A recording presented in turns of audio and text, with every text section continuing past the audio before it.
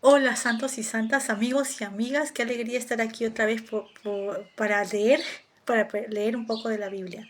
Vamos a ir a Levítico 14, que se acuerdan que la vez pasada leímos, terminamos el capítulo 13. El capítulo 13 era un poco difícil porque de la lepra y muy como que gráfico, pero al fin, al cabo, la lepra es una pintura del pecado, por eso es difícil leer, porque nadie quiere leer de eso, nadie quiere, dice, no, todo el mundo como que nadie, no queremos saber nada del pecado, mucho menos si es nuestro pecado, entonces es difícil.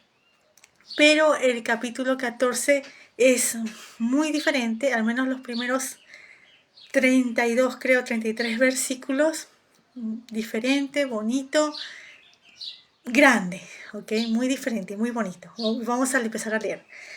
Ok, dice así, Levítico 14.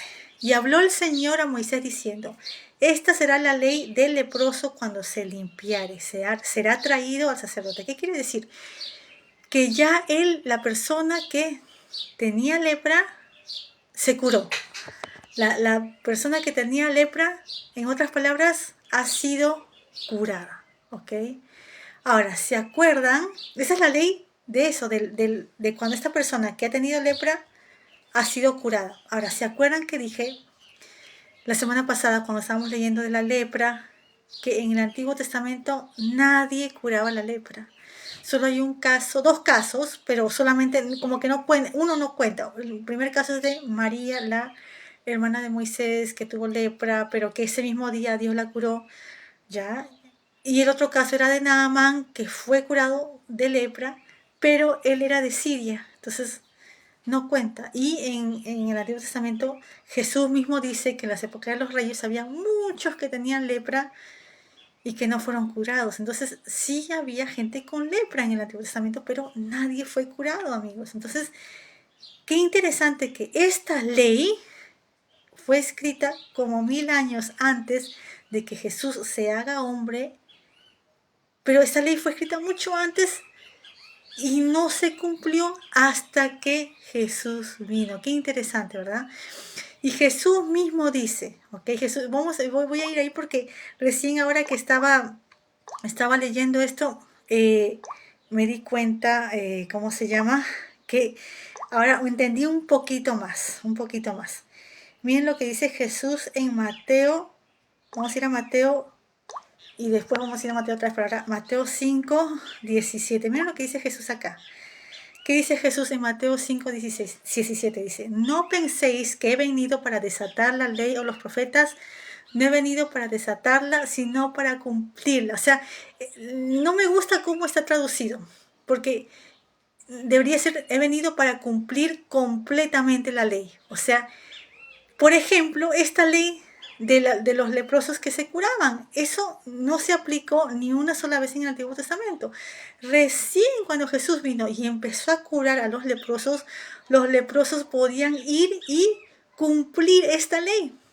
¿Entienden? O sea, esa ley no se cumplió ni una sola vez, solamente hasta que esa ley fue escrita, bueno, por Dios a través de Moisés, pero eso no se cumplió hasta como 1000 años después, cientos de años después, que Jesús vino y curó, y ahí recién el que había sido leproso fue curado y podía ir y cumplir esta ley de purificación de la lepra. ¿Entienden lo que digo? Qué interesante. Bueno, a mí me parece que es interesante que tuvieron que pasar cientos de años para poder aplicar esta ley del que ha sido leproso y que ya ha sido curado. Entonces vamos a leer un poquito más. Dice, esta será la ley del leproso cuando se limpiare. Será traído al sacerdote.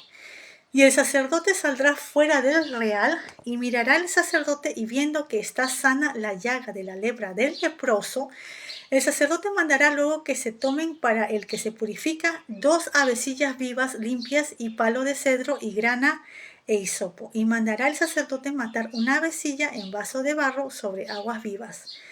Después tomará la avecilla viva y el palo de cedro y la grana y el hisopo y lo mojará con la avecilla viva en la sangre de la avecilla muerta sobre las aguas vivas y rociará 7 veces sobre el que se purifica de la lepra y le dará por limpio y soltará la avecilla viva sobre la faz del campo.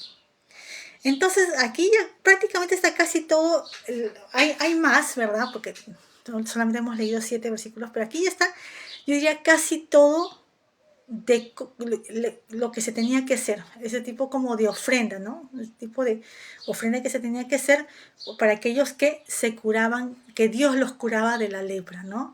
Entonces, qué interesante, amigos. Entonces, yo a veces digo, pero, ¿qué tiene que ver el palo de cedro, la graniza? Pues vamos a ir lento allí, vamos a ir lento porque, solo porque es tan significativo, ¿ok? Entonces, ¿qué dice? Número 4. El sacerdote mandará luego que se tomen para el que se purifica, o sea, para el que ha sido leproso y que está sano, 2 avecillas vivas, limpias, y palo de cedro, y grana e hisopo. Entonces, a 2 avecillas, una se iba a matar en un vaso de barro, y la avecilla viva era como mojada en la sangre de la avecilla muerta, o sea, era cubierta de la sangre, era cubierta de la sangre de la avecilla muerta, y también el hisopo, la grana y el palo de cedro se mojaban en esa sangre de la avecilla muerta. Entonces uno dice, qué raro, ¿no? Qué extraño, ¿por qué hace eso, no? Entonces vamos a ver qué significado para mí, al menos, no para mí, en general, yo creo que es en general, no solamente para mí, del palo de cedro, la grana, el hisopo. A ver, palo de cedro. ¿Qué es cedro? ¿Qué es? Obviamente es una madera, ¿verdad? El templo, amigos. Mucho del templo que todavía no está acá. Aquí está el tabernáculo. Más adelante, el rey Salomón va a construir el templo que va a sustituir al tabernáculo. El templo estaba casi todo hecho de madera de cedro. Madera de cedro. ¿Okay?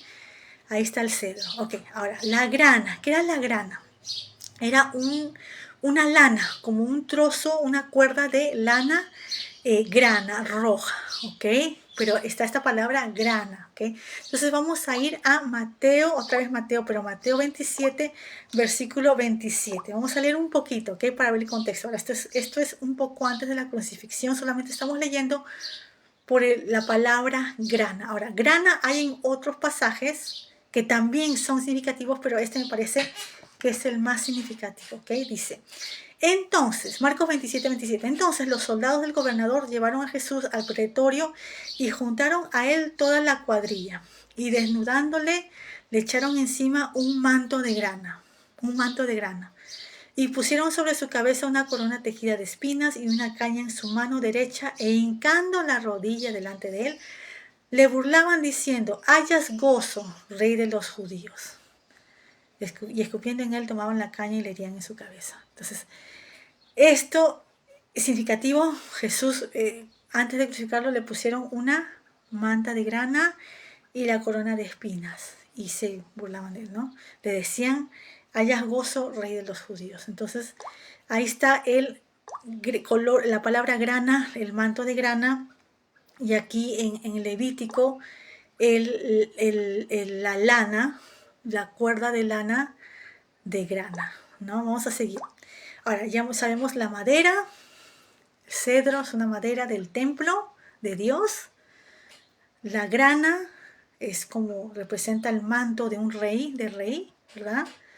Y hisopo, a ver, hisopo, amigos, el hisopo es una planta, es como un arbusto, que tiene propiedades medicinales. Es un arbusto que tiene propiedades medicinales, es el hisopo. Entonces vamos a leer, interesante aquí, también hay hisopo en la Biblia, y vamos a ver en contexto de hisopo que está en el Salmo 51, versículo 7. Es un salmo de David. David dice a Dios, le dice a Dios, purifícame con hisopo y seré limpio, lávame y seré emblanquecido más que la nieve, ¿no?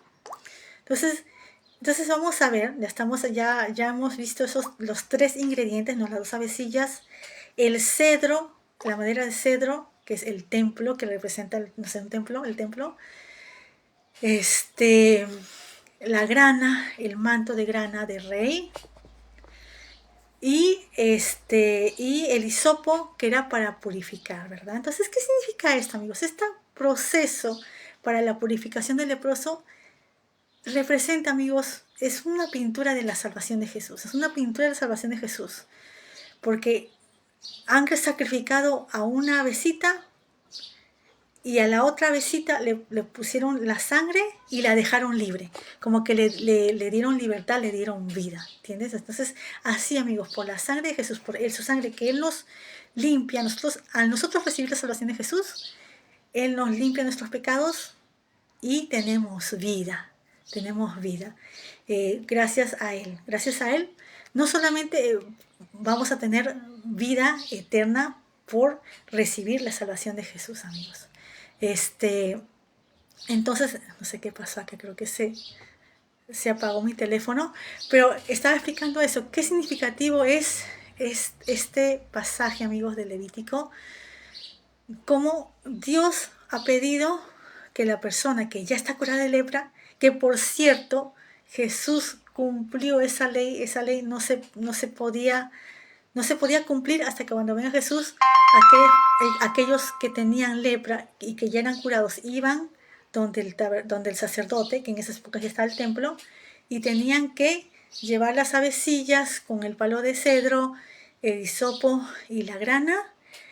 Una avecilla era matada en un vaso como de barro, de arcilla, y la avecilla viva era, ¿cómo se llama? Era mojada ahí en esa sangre con el palo y el hisopo, y ¿cómo se llama? Y así podía ser purificado. Y no solamente eso, agarraban eso y ¿qué dice? El sacerdote rociaba con eso al que había sido enfermo de la lepra. El teléfono se fue mal, así que voy a ir de acá aquí a la Biblia que está acá, porque no, el teléfono que tengo en la mano creo que se descargó. Ok, entonces, ya hemos leído hasta allí, ¿no? Dice las avecillas vivas, dice número 5, y mandará el sacerdote matar una avecilla en un vaso de barro sobre aguas vivas, después tomará la avecilla viva, el palo de cedro y la grana del hisopo, lo mojará con la avecilla viva en la sangre de las avecillas muertas sobre las aguas vivas, y rociará 7 veces sobre el que se purifica la lepra y le dará por limpio y soltará la avecilla viva sobre la faz del campo. Entonces, qué significativo, amigos, ¿no? Como esto es una pintura de la salvación de Jesús. Es una pintura de la salvación que con su sangre Él nos purifica, nos salva y nos limpia de todos nuestros pecados. Así como la lepra representa el pecado, Jesús con su sangre nos limpia de nuestros pecados. Ok, vamos a quedarnos ahí y ya seguimos mañana. Ok, chao, chao.